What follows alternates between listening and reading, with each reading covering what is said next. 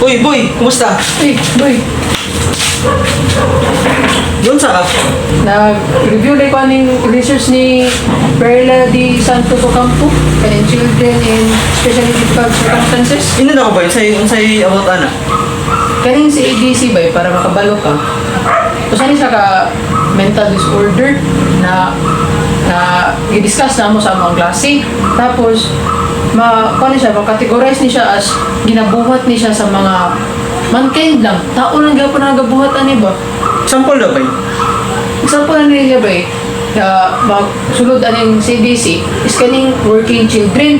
Kabantay ka ng mga bata nga ginapatrabaho sila, kinatagaan man sila og kwarta, gamay, pero nakusay nga, dito sila tawag ay tagaan og kwarta. Tawagan na niya ba is child labor. Then isa po na ba kaning children in armed conflict. Unsa pala siya ba? Kaning children in armed conflict ba, kanina sila mga bata nga ginapagmitan na or ginapapractice na dala og mga armas para i-ready sila isalang sa gera. Luya ba no? O gani. Bata ba ang pagina naman? Ano ni sila kaning diliwan sa pag-mention ng kaning mga tao nga may NPA, ni ana ba?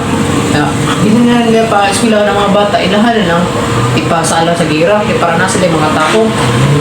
Isa po ani is kaning child in emotional abuse.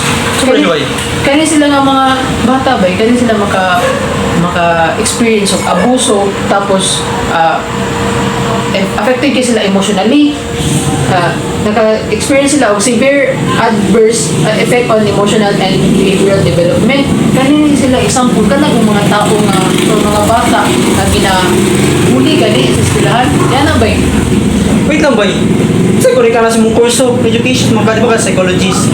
Di magod ba yun? Ginastadihan na mo ang yani nga mga yani nga mga butang kay para ma-adapt na mo kung saan paghimo sa ka classroom na mahimo siya inclusive na pwede siya sundan sa unsa nga klase sa mga tao o mga bata regardless ilang religion or ilang race. Kasi importante ng inclusive education dahil ba? Hindi daw pwede nga tudlo-tudlo lang ka, pauli-uni mo sa mutang sweldo. Hindi na pwede nga na lang di ay. Bay kung kuan lang, kung praktikalan ng istorya ba, pwede na kayo naman itong buhaton as a teacher, pwede na kayo natin ang buhaton, pero as kuan po ba nga tao nga tanaw para sa future tanaw sa future ba konsensya na to nga kailangan po na to i-ready ang mga bata para sila ang kaugmaon. Kanang si DC nga problema ba nga ginaingon nimo familiar kayo siya kay mag-same siya sa katong kita na akong movie anime man ta siya animated Anime ba? Pro ba? Kita di ka gana? O pero kato siya anime dito siya walang about war ang kita na ko siya kay about mo siya sa classroom settings tapos dito na mag-intriga ko sa bullying dito nga part kanang grabe yun na yung bullying nga pwede maka-apekto siya kanang binimugin ka ng joke lang for fun lang pero pwede kita siya maka-apekto o kanang life good sa lain. Oo, okay. Sa tinood lang, kaning bullying ba, trivia lang according sa report ni Sir Carol Lee sa Rappler Talk na ang nag-release ang PISA result about sa bullying na ang Philippines daw is considered as the bullying capital of the world na na-ay rates na 43% sa babae tapos 54% sa lalaki. Grabe na ka intriguing ba? Grabe, nga ikakuha ng bullying sa ano dyan? Sa Philippines yun? Oo ba? Apil na lang ganito sa top 1 sa tibok kalibutan sa bullying pag yun. So ikaw ba, naka-experience sa bullying sa dati pag-spila nimo? No, sa tinuol lang ba kay since ako part mo ko sa PWD community, no? Kaya naa mag physical disability sa akong mata. Magka ng bullying mo goodbye, maka-disrupt na siya sa imuhang mentality, no? Hindi ka ka-focus sa imuhang pag-eskwela tungod kay ang classroom na imuhang isudlan.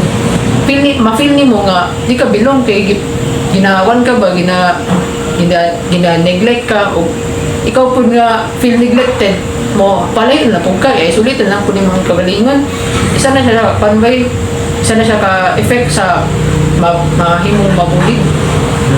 Dito tama ba na? So sa gitana mo gano'n kung anime ba na yung lalaki dito ang story sa lalaki manggod nakaagi siya og ginabuli gyapon hadlod sa murag siya mismo nimo na po siya bully gud. O nakibilong na siya dito sa mga kuan, isa na lang siya sa mga gabuli sa yaha. Then one time, naay babae nga, naslay babae nga transferee student gud. Tapos ang babae kanang dili siya makadungog. Tapos kanang lalaki pirmi ko niya ginakuan, pirmi niya binuangan tong babae. Oo. Kung unsay experience sa lalaki sa una nga bullying, mo ang ginapa-experience ato sa babae. Mo lagi na ginangin mo nga si DC bay. Pagka dugayan, mag-transfer ang babae kaysa di na makaya, maglala na kayo ang bullying gud. Oh. Tapos ang lalaki gud na blame sa tanang sala. Para sa kuwang victim lang po siya sa bullying pod. Oo, siya ang gabully, pero mag-isolate niya sa dili gyapon. Tungod mo na siya bay sa result sa iyang gibuhat. Di ba para sa imong giingon bay nga siya ang gabuli. Tapos karon siya na ginabuli. Ya, magkita ko na ba? Kato na si Ishida no. Oo, si Ishida kuan, Oo. silent voice. O tama di tapos si Mia tong babae. Si Ishida. tanong pa ka na din. Oh, sa anime betat yun na.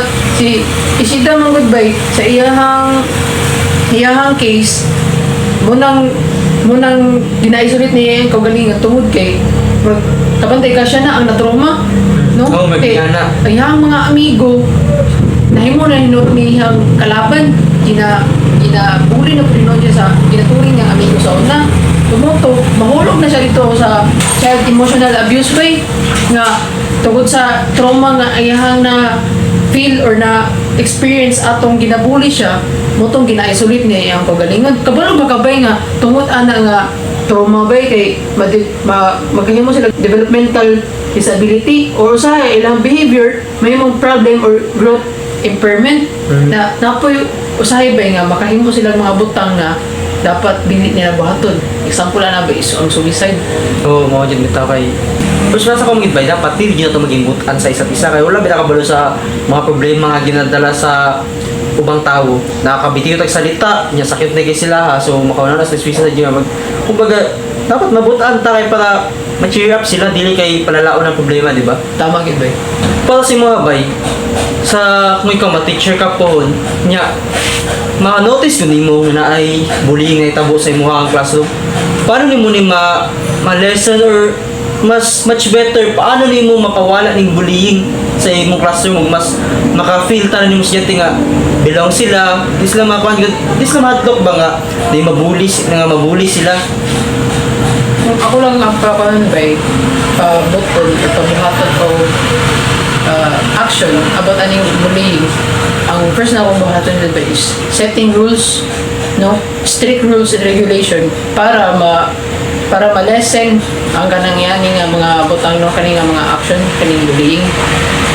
Example na is every time nga na ay sumbong or every time nga na ay makita nga estudyante nga nag-commit og bullying dili lang ako i-change ang iyahang action but ako ang i-realize siya kung unsay feeling na mabulid. So, for example, kung unsa iyang gibuhat niya sa student, I will try nga katong na nabulid ibuhaton to ang gibuhat siya dito sa tao nga nabulid para ma-experience niya nga yani di ang feeling sa akong gibuhat. So isa na siya ka example ba nga for ma-realization na makuha sa usa ka bata. Kumbaga, ang point nimo ba isuubo nimo ang sapato sa uban para ma-feel nimo kung sila na-feel. So, tama gina ba? Isa na siya sa implement na akong role.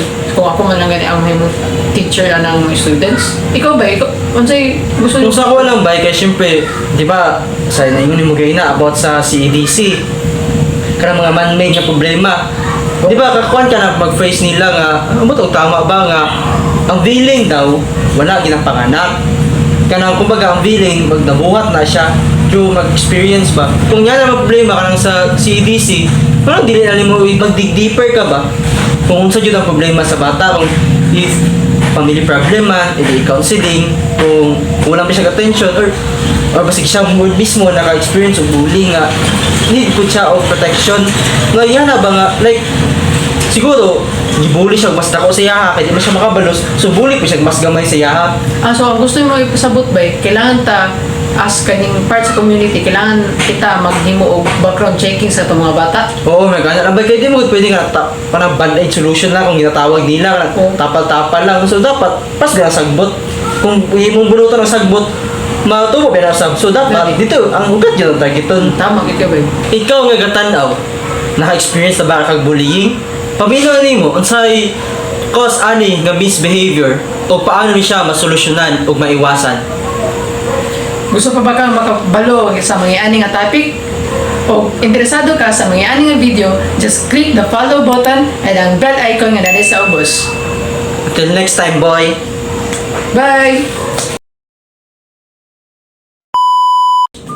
Yan man, ikaw nga gatanaw. Unsa yung maingon? Comment down below. Ikaw. Gusto mo ba mga kwarta? Tuplo ka ang link na nasa comment section. Yan.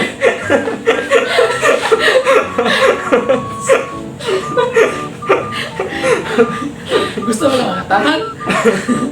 Mas kita na link. Sa comment section.